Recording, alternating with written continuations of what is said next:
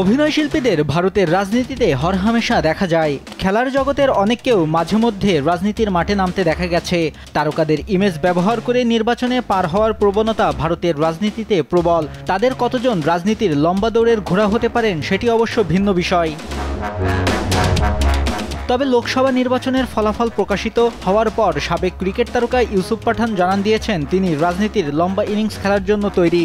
নিজের বড় ম্যাচের খেলোয়াড় তকমার প্রমাণ রেখেছেন ভোটের জটিল লড়াইয়েও।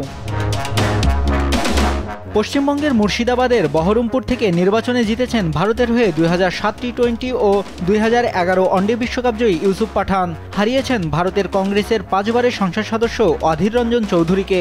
জয়ের ব্যবধান 75,000 ভোট। লোকসভায় পশ্চিমবঙ্গ রাজ্যের মোট আসন 42। সেখানে ইউসুফ লড়েছেন মমতা বন্দ্যোপাধ্যায়ের তৃণমূল কংগ্রেসের প্রার্থী হিসেবে। ইউসুফকে যেদিন মমতা বহরমপুরে তৃণমূলের প্রার্থী হিসেবে ঘোষণা করেছেন সেদিন থেকেই প্রতিক্রিয়া ছিল মিশ্র। পশ্চিমবঙ্গে তিনি কতটা সুবিধা করতে পারবেন মতভেদ ছিল সেটি নিয়েও।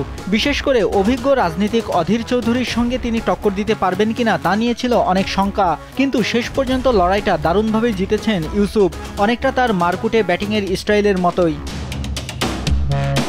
1999 সাল থেকে জিতে আসা বহরমপুর লোকসভা আসনে পশ্চিমবঙ্গ কংগ্রেস সভাপতি অধীর রঞ্জন চৌধুরীকে ইউসুফ পাঠান হারালেন 75,000-এর বেশি ভোটে। অধীরের ঘূর্ণি পিচে লড়াইটা কঠিন জেনে মাঠে নেমেছিলেন ইউসুফ পাঠান। সমানে সমানে টক্কর দিয়ে মমতা বন্দ্যোপাধ্যায়ের হাত শক্ত করলেন বিশ্বকাপজয়ী এই ভারতীয় ক্রিকেটার। আর রাজনীতির ময়দানেও প্রথমবার নেমে টি-20-র মেজাজে ব্যাটিং করে দলকে জেতালেন। তৃণমূল কংগ্রেস পশ্চিমবঙ্গে তার জনপ্রিয়তা ও বহরমপুর আসনে মুসলিম ভোটের আধিক্যকে মাথায় রেখে ইউসুফ পাঠানকে সেখানে অধীর চৌধুরীর মতো প্রার্থীর বিরুদ্ধে দাঁড় করিয়েছিলেন। ইউসুফের ওপর দায়িত্ব পড়েছিল তৃণমূলকে উদ্ধারের। সেই দায়িত্ব পালনে দারুণ সফল তিনি। ইউসুফের ছোট ভাই ইরফান পাঠানও দীর্ঘদিন ধরে খেলেছেন ভারতীয় দলে। বোলিং অলরাউন্ডার ইরফান 3 সংস্করণেই ভারতের হয়ে খেলেছেন। বড় ভাই ইউসুফের তুলনায় ইরফানের খেলোয়াড়ি ক্যারিয়ার বেশ সমৃদ্ধ। ভাই ভোটে জেতায় তাকে অভিনন্দন জানিয়েছেন ইরফান।